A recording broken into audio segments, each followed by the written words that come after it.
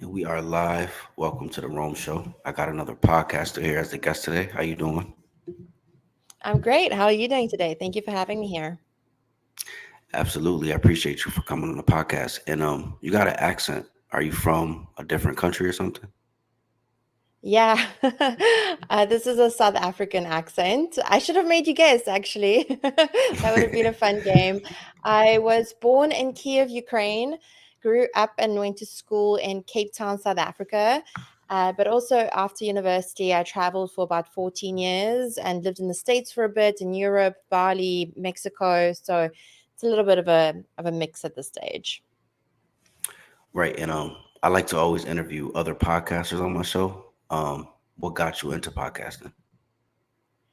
Yeah, great question. So I had the inspiration I wanted to start podcasting years before I took it seriously.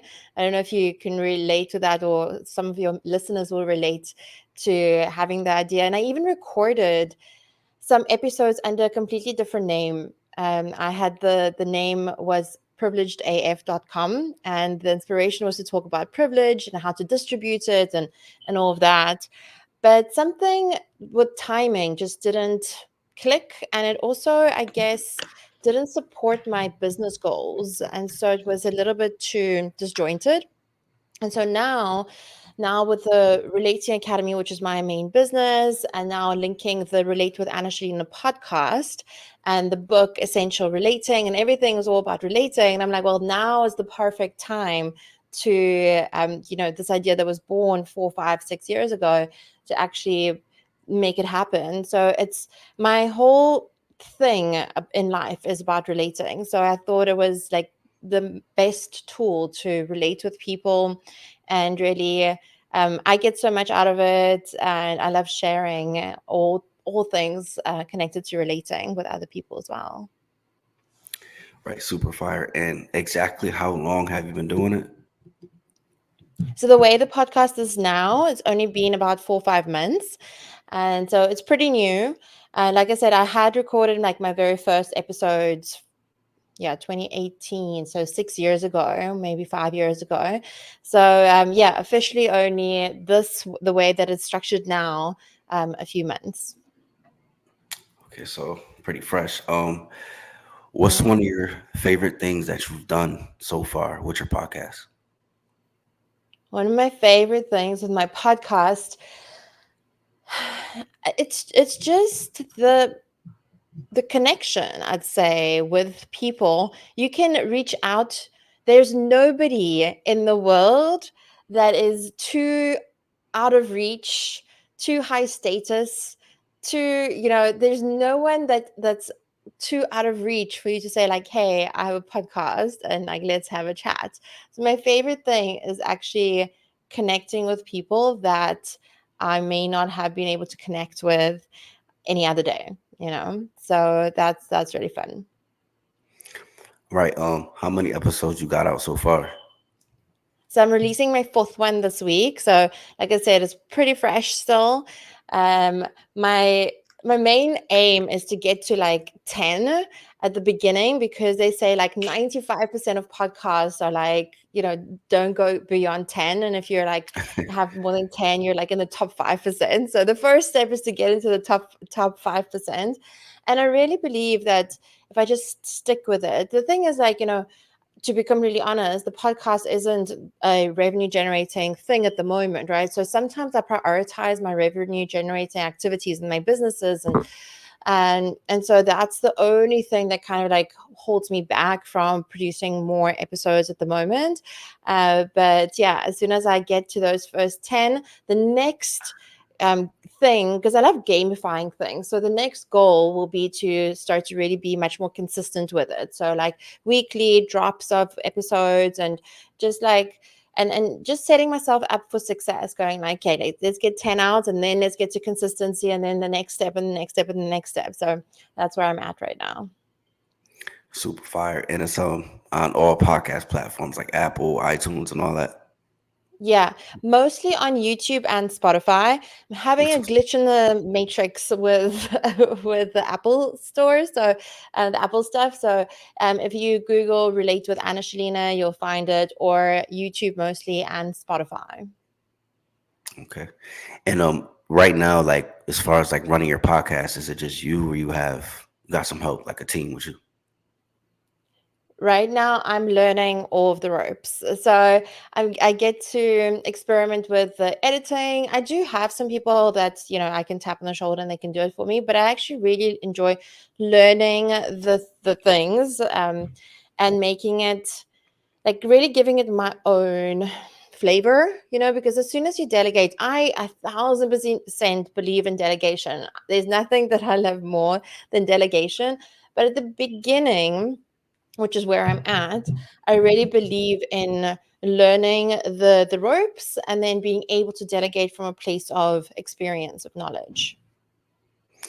Right. That's definitely right. Um, are you a part of like any like podcast communities or like a networking group, or would you want to be a part of one?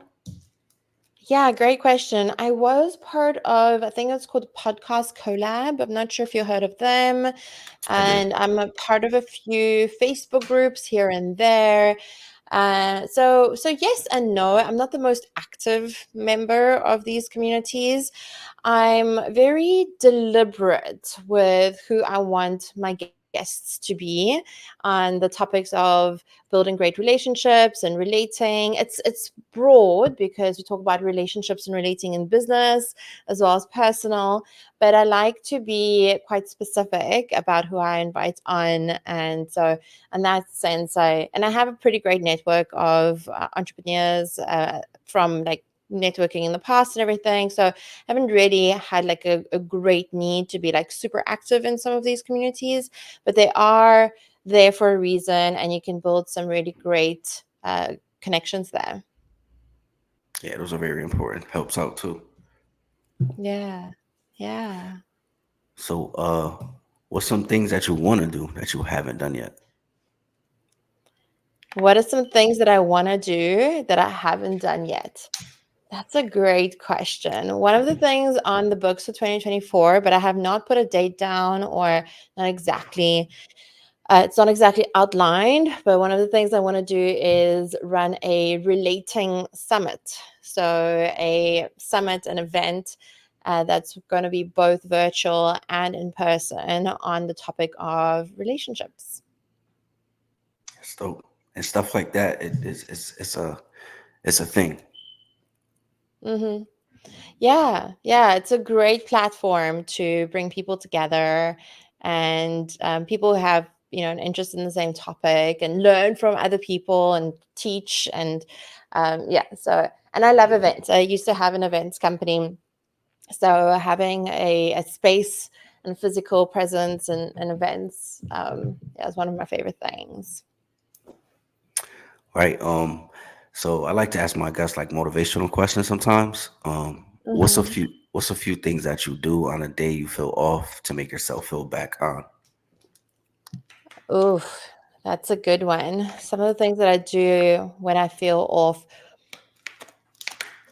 This is gonna sound counterintuitive, but sometimes I just let myself feel off. Hmm. So sometimes I just like really sit with that feeling. And it happened recently where I found myself like just doom scrolling and just like numbing, like not doing much anything productive. And I know like that then induces feelings of like just shame, and I don't like that version of me. So I just like took a nap, and I lay down and I almost did some inner child healing where I asked myself, like, okay, what does this inner child need? And I just let myself feel that way for a little bit. And I find that when I just let myself feel off and don't distract or numb myself from what my body is trying to help me feel, then I can process it faster. And then then I was like bored of this feeling. of this feeling of like feeling meh, like I was like, okay, now I'm bored. Now I want to get up. Now I want to go for a walk. Now I want to do something productive. So one of the first things is like really just like letting myself be with what it is. And then the second thing is moving my body. Even if I don't want to, even if it's a little bit, I don't have to do like a really hard workout, even though I love those. But if all I can muster up is a light workout or a walk or something, then at least I know have moved my body. And the third thing is really just remembering that when I'm having an off time, it's usually because I'm not in the present moment.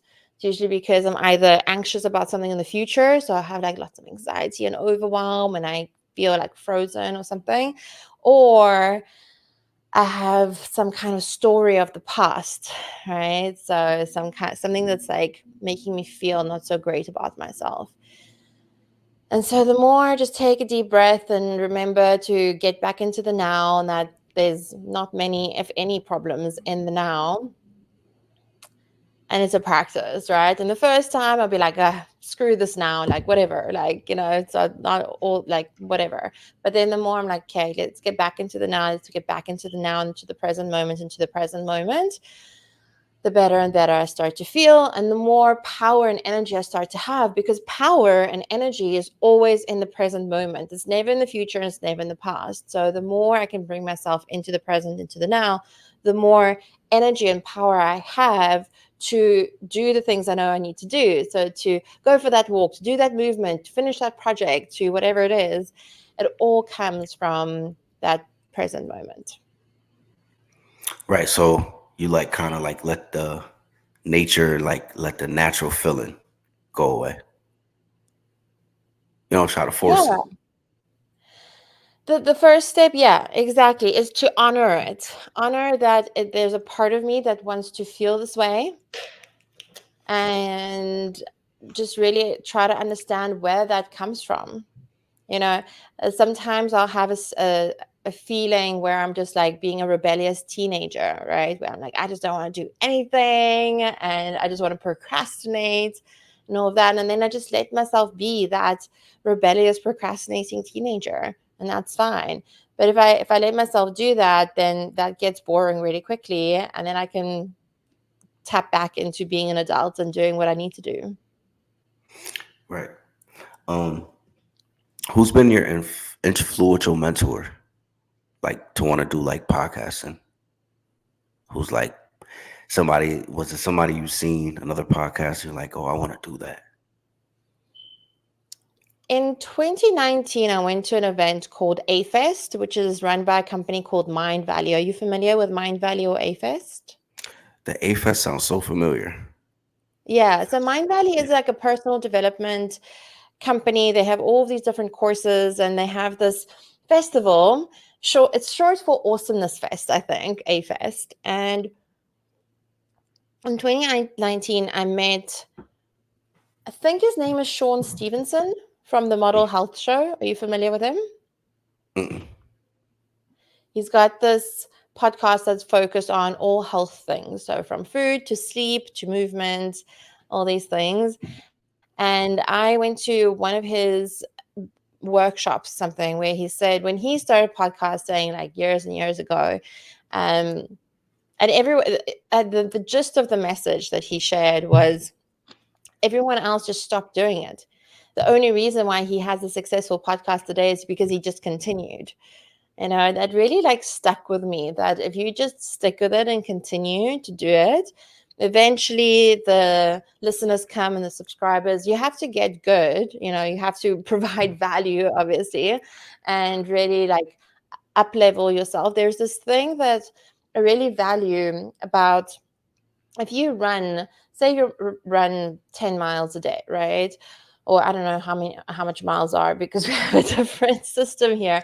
But so if you are running that same mile over and over again, say you run Mm-hmm. 1 mile a day and you run the same mile over and over again without ever asking yourself, what can I improve about running that mile? You'll continue to run that same mile over and over again, versus after running that 1 mile to evaluate, going like, what could have I done better, right? So it's about Right. like infusing that improvement after every time.